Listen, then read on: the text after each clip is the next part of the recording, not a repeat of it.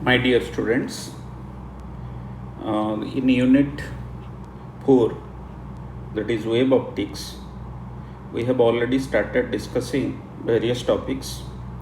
In the last class, we discussed about coherent sources, the types of coherent sources, how coherent sources are produced, and how two different beams can act as coherent sources.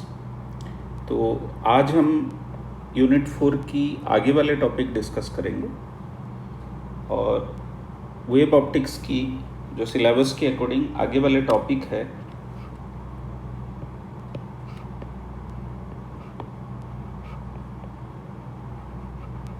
Interference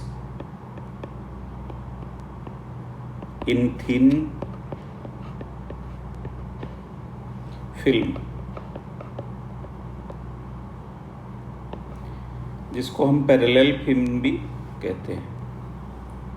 ये है आपकी title. First let us define what is a thin film is.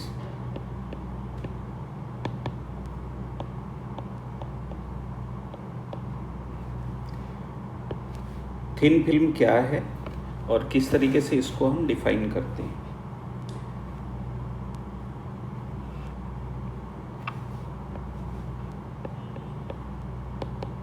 Thin film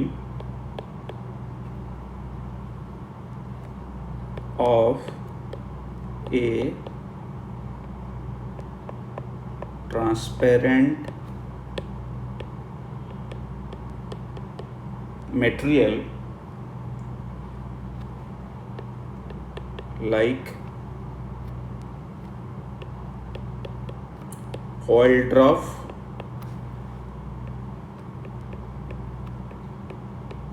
spread over water surface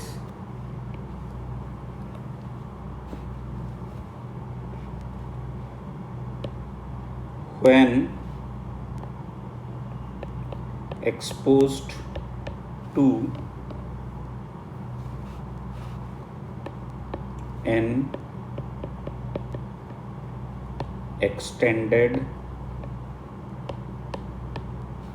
source of light, it appears colored.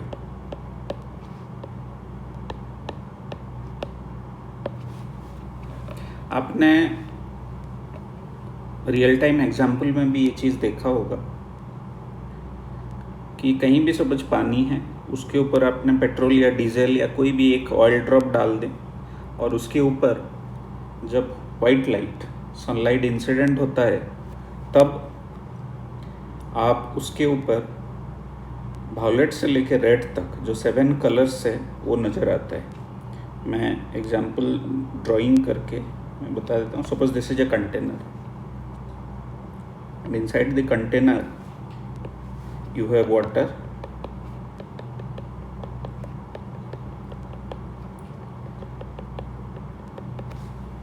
and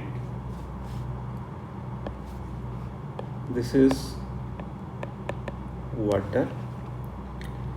When we add a drop of oil over this surface, suppose this is the oil layer,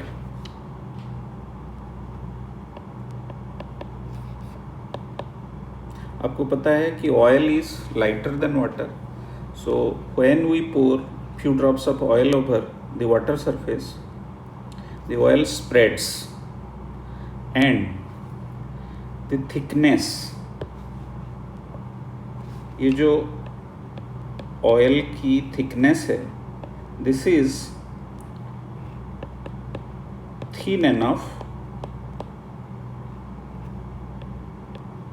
of the order of 1 wavelength. This is called thin film, and this film is called thin film. तो आपको समझ में आया, thin film उसको कहते हैं जिसकी thickness 1 wavelength की होता है। और भी हम इसमें एग्जाम्पल ले सकते हैं, जैसे थिकनेस ऑफ सोप बबल। आपने सोप बबल देखा होगा, तो सोप बबल की जो आपको पता है, सोप बबल के अंदर वैक्यूम होता है और बाहर भी दूसरे मीडियम में आपको खाली स्पेस मिलेगा। तो सोप बबल की जो लेयर है, बबल लेयर, वो भी एक थिन फिल्म है। तो थिन फिल्म, दूसरा एग्जाम्पल हम ले सकते हैं कि सपोज आप पैथोलॉजिस्ट के पास जाते हैं। पैथोलॉजिस्ट जब आपकी ब्लड सैंपल लेते हैं तो ब्लड को 2 ग्लास स्लाइड के अंदर डाल देते हैं। तो in between 2 glass slides the layer of blood is nothing but a thin film. आज हम थिन फिल्म में इंटरफेरेंस को डिस्कस करने जा रहे हैं। तो let us start the topic.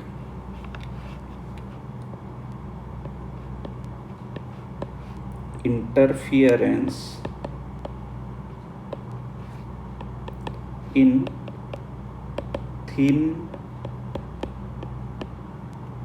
Parallel film. तो थिन पैरेलल फिल्म में हम इंटरफेरेंस को पढ़ेंगे।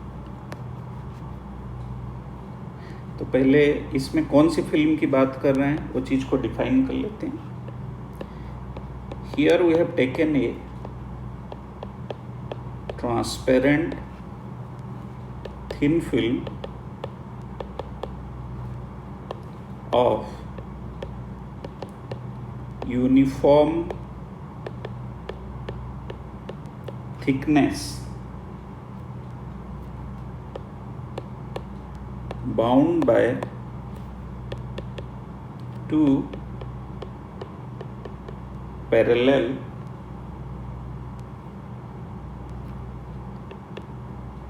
thin films। डायग्रामेटिकली आपको पता है कि ऑप्टिक्स की मेन इम्पोर्टेंट जो पार्ट है वो है diagram. If you have drawn the diagram correctly, it means the concept is almost solved. तो हम एक थिन फिल्म की 2 लेयर ड्रॉ करें।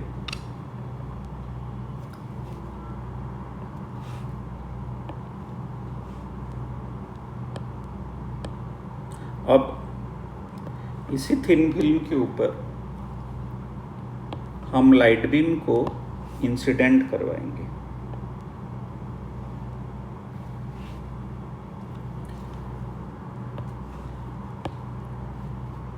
इंसिडेंट करके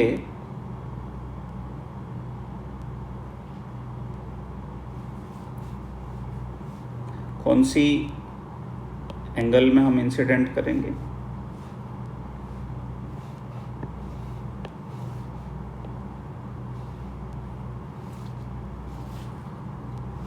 हम जब इसको इंसिडेंट करेंगे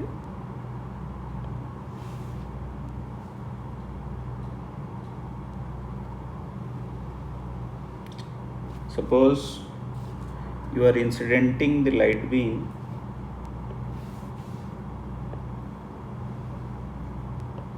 from this side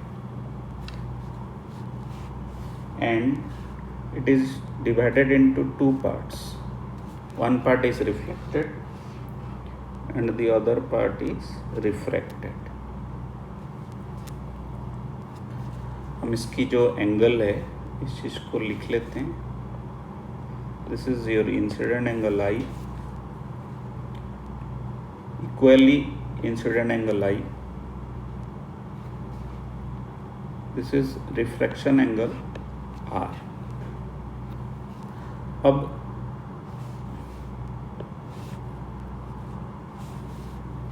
ये जो रिफ्रैक्टेड बीम है ये फिर इस तरीके से रिफ्रैक्ट हो जाता है और बाहर इस तरीके से ये फिर रिफ्रैक्ट हो जाता है। तो अंदर रिफ्लेक्ट हुआ, रिफ्रैक्ट हो गया और फिर ये आउटर सरफेस पे फिर बाहर चला जाता है एक पार्ट। तो ये प्रोसेस चलता रहता है। अब इसमें कुछ लाइंस हमें ड्रॉ करना पड़ेगा। दो परपेंडिकुलर हमने ड्रॉ किया। अब सभी पॉइंट के नाम लगा देते हैं।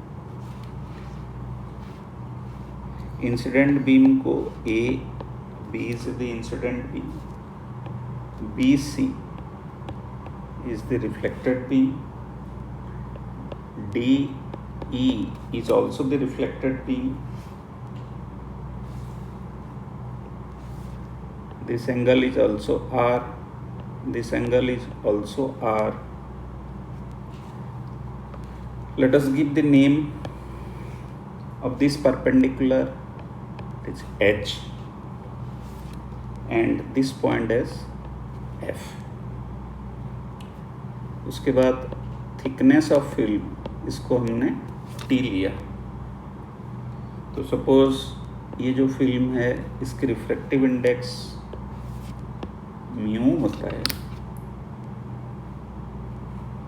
तो सपोज ये ऊपर जो मीडियम है this is AR, this is AR, and here you है ग्लास हो सकता है, ग्लिसरीन ऑयल हो सकता है, सिंपल ऑयल हो सकता है, जिसकी रिफ्रैक्टिव इंडेक्स AR से ज़्यादा है। आपको पता है AR की रिफ्रैक्टिव इंडेक्स हमेशा 1 होता है। तो थिन फिल्म और दोनों तरफ लाइटर मीडियम। तो हमने क्या किया, इंसिडेंट बीम लिया, उससे एक पार्ट रिफ्लेक्ट हो गया, एक पार्ट रिफ्रैक्ट हो गया। रिफ्लेक्ट हुआ पार्ट फिर रिफ्लेक्ट और रिफ्रैक्ट होके DE तक आ गया। तो हमारे पास ये जो दोनों बीम है 1 and 2, these are satisfying all the conditions of coherent beams, क्योंकि दोनों की वेवलेंथ सेम है और फेज भी कांस्टेंट है। तो यहाँ हमने ये जो डायग्राम में जो भी चीज़ हमने लिया वो चीज़ को नोट कर लेते हैं। AB is the incident beam, इसमें हमने मोनोक्रोमेटिक लाइट लिया है जिसकी एक ही वेवलेंथ है।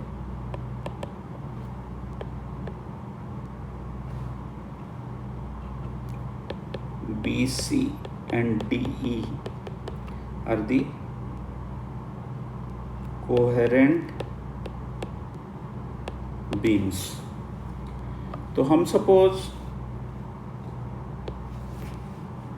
BC को पीछे की तरफ और DE को भी पीछे की तरफ लेते हैं, बढ़ाते हैं, तो ऐसे लगता है कि दो अलग अलग सोर्स S1 और S2 से निकल के आए, लेकिन वो एक ही सोर्स से निकल के आए। तो ये दोनों कोहेरेंट बीम्स के सारे कंडीशंस को सेटिस्फाई करते हैं। So BC DE are the coherent beams. उसके बाद म्यू हमने क्या लिया है, refractive index of the medium. Next हमने आई लिया है incident angle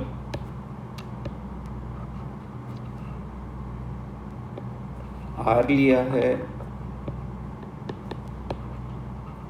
refraction angle,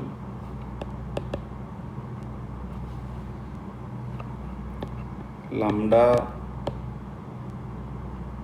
wavelength of monochromatic light,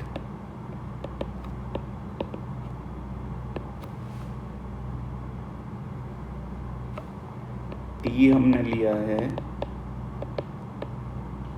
thickness of film.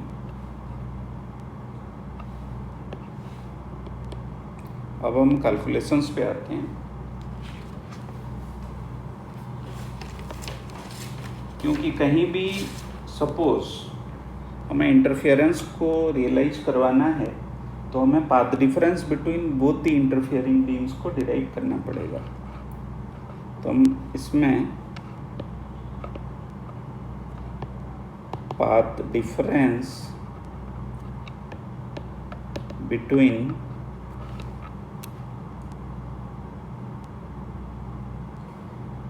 the beams 1 and 2 will be BF plus FD minus BH। आप डायग्राम में देख सकते हैं जो थिन फिल्म के अंदर जो बीम है BF प्लस FD है और थिन फिल्म से बाहर जो बीम है BH है। परपेंडिकुलर हमने ड्रॉ किया है, तो दोनों बीम की पाथ डिफरेंस यही है। तो इससे ये this is called geometrical path difference, जो प्रैक्टिकल पाथ डिफरेंस नहीं है।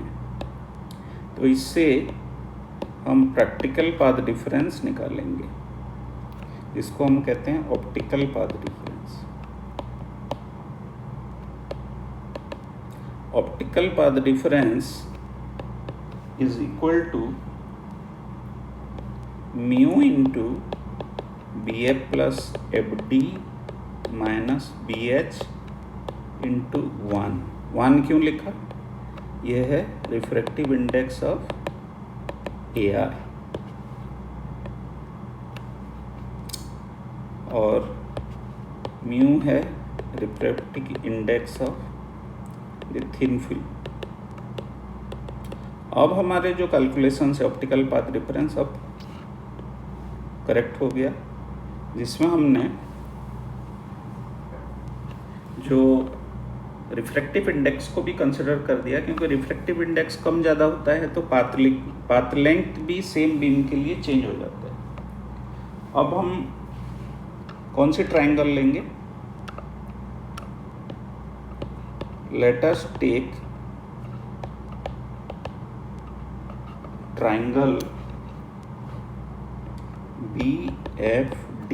डायग्राम में आप देख सकते हैं इस ट्रायंगल में BFG angle is equal to GPGFD which is nothing but R। तो इसका मतलब है BF और FD ये दोनों लाइन कंप्लीटली सेम है। तो BF को हम लिख सकते हैं FG by cos R। FG की वैल्यू आप डायग्राम से देख सकते हैं, थिकनेस है T divided by cos R। तो BF प्लस FD की जो वैल्यू है वो 2T बाय cos R हो गया, क्योंकि दोनों की वैल्यू सेम है तो 2 हमने मल्टीप्लाई कर दिया। So this is your equation number 1। अब दूसरे पार्ट पे आते हैं।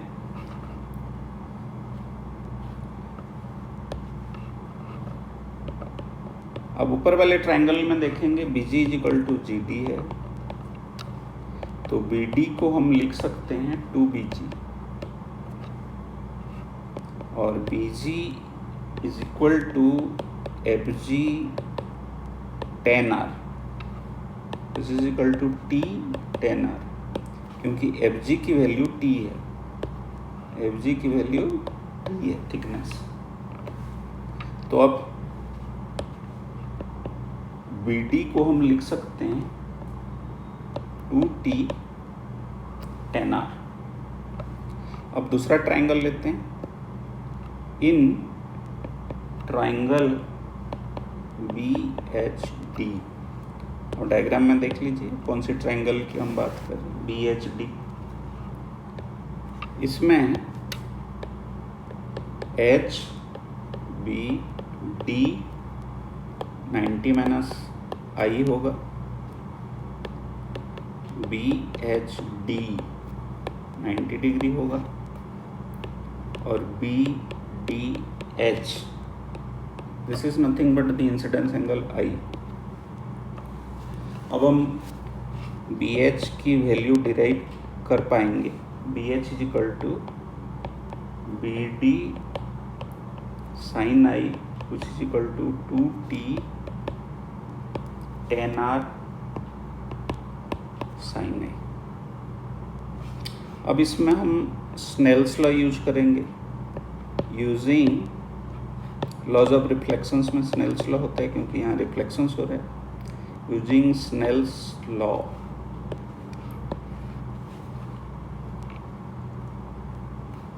आपको पता है साइन आई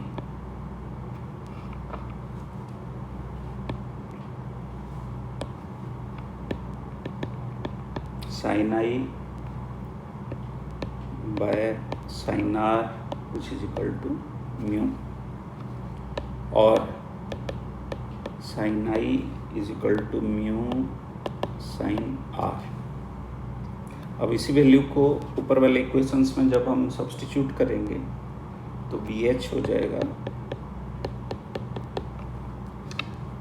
sin I की जगह पर देख सकते हैं इसमें जो sin I है इस वैल्यू को हम सब्स्टिट्यूट करेंगे और हमारे पास जो वैल्यू आएगा 2t tan mu sin R। इसको सिंप्लीफाई कर देंगे तो ये बन जाएगा 2 mu t sin square R divided by cos R। Equation number 2।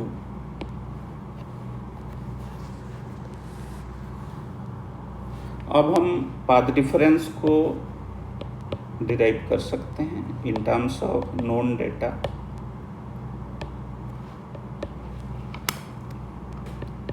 Path difference की फॉर्मूला दोबारा लिख देंगे, BF प्लस FD म्यू से मल्टीप्लाई हो जाएगा BH। ये एयर में ट्रैवल करने वाला बीम है और ये मीडियम में ट्रैवल करने वाला बीम है। BF प्लस FD इक्वेशन 1 से हम सब्स्टिट्यूट करेंगे। क्या वैल्यू हमने डिराइव किया था 2t बाय cos R।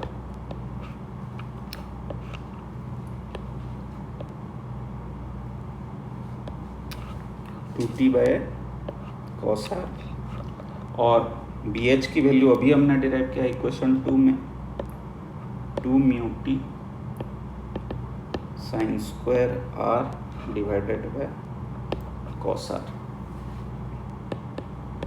तो इसकी वैल्यू आ जाएगा mu 2t by cos R minus 2t sin square R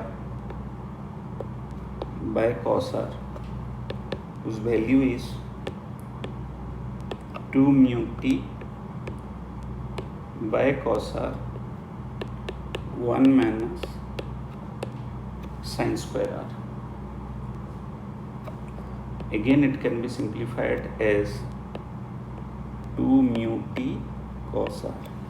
ये हो गया फाइनल फॉर्मूला इक्वेशन नंबर 3। अब हमारे पास पाथ डिफरेंस की एक्चुअल वैल्यू मिल गया तो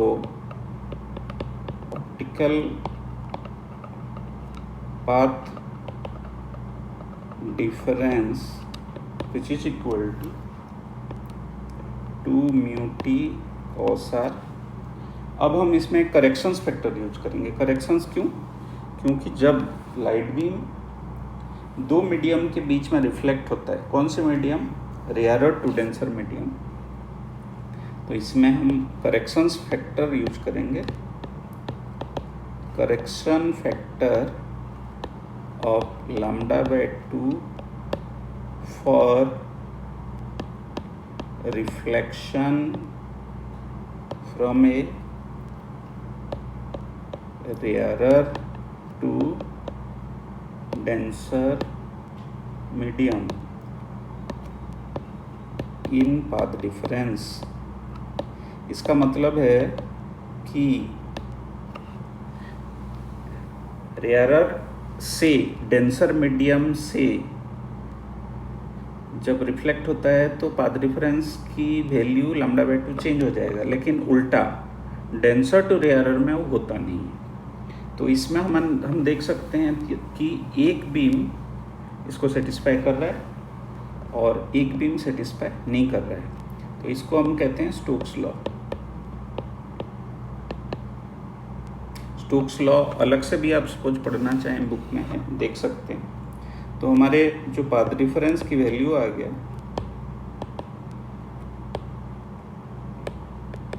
एक करेक्शन फैक्टर के साथ माइनस लैम्डा बाय 2 हो गया। इक्वेशन 4। अब हम डार्क एंड ब्राइट कंडीशंस को डिराइव करेंगे, और डार्क एंड ब्राइट कंडीशंस आपको पता है, पहले लिखते हैं condition of maxima, this is constructive interference,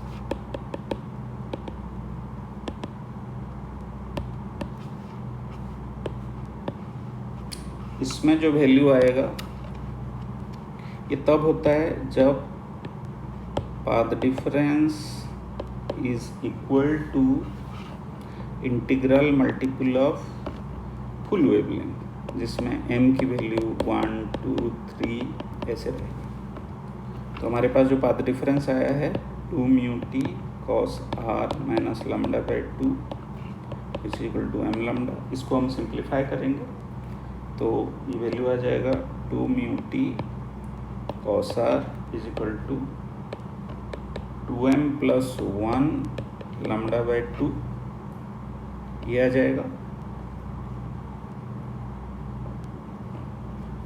ये है आपकी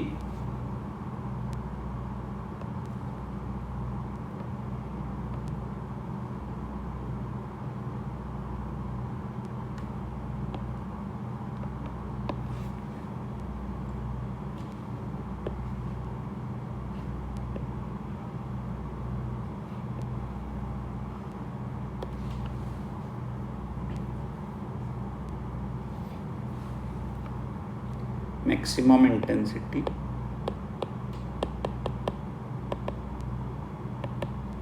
condition for thin film.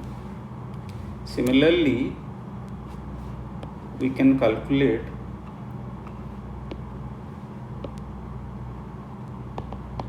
condition of minima, इसको हम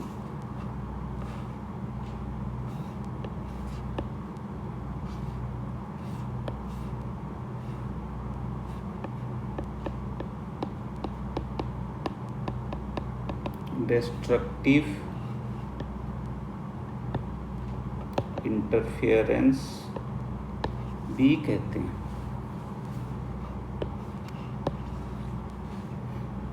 तो डिस्ट्रक्टिव इंटरफेरेंस की कंडीशन क्या होता है, path difference should be odd multiple of half wavelength. पहले से आपको पता है odd multiple of half wavelength. इसमें m की वैल्यू ध्यान रखना 1 2 3 ही होगा, 0 वैल्यू इसमें यूज नहीं हो पाएगा। तो पाथ डिफरेंस हमारे पास वैल्यू जो है 2 mu T cos r minus lambda by 2 which is equal to 2m plus 1 lambda by 2। तो इसको हम कह सकते हैं 2 mu T cos r is equal to, इसको सिंप्लीफाई करने के बाद m लैम्डा आ गया।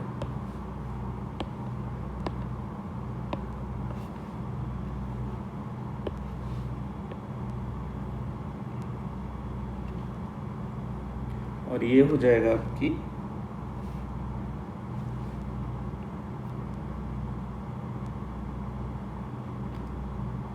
कंडीशन ऑफ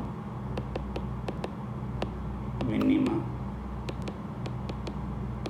मतलब लोएस्ट लाइट बीम के लिए ये वैल्यू हो जाएगा। तो हमने दो इक्वेशन डिराइव किया थिन फिल्म पैरेलल फिल्म की मैक्सिमा और मिनिमा के लिए। पहले वाले जो कंडीशन हमने डिराइव किया 2 mu T cos r is equal to 2m plus 1 lambda by 2, वो ब्राइट कंडीशंस, इसको हम डार्क भी कहते हैं। और दूसरा कंडीशन हमने मिनिमा और डिस्ट्रक्टिव इंटरफेरेंस के लिए डिराइव किया 2 mu T cos R equal to M lambda. तो आज हमने क्लास में थिन फिल्म और पैरेलल फिल्म की केस में डिस्ट्रक्टिव और कंस्ट्रक्टिव इंटरफेरेंस के बारे में जाना और उसकी फॉर्मूला हमने डिराइव किया। और आगे हम वेज शेप्ड फिल्म पढ़ेंगे। वेज शेप्ड फिल्म में थिन फिल्म तो होगा लेकिन उसकी थिकनेस यूनिफॉर्म नहीं होगी बल्कि इंक्रीजिंग या डिक्रीजिंग ऑर्डर में होगी। सो आज की क्लास को प्रॉपर तरीके से नोट्स बना लीजिए तो आगे वाली टॉपिक अभी जल्दी समझ पाएंगे।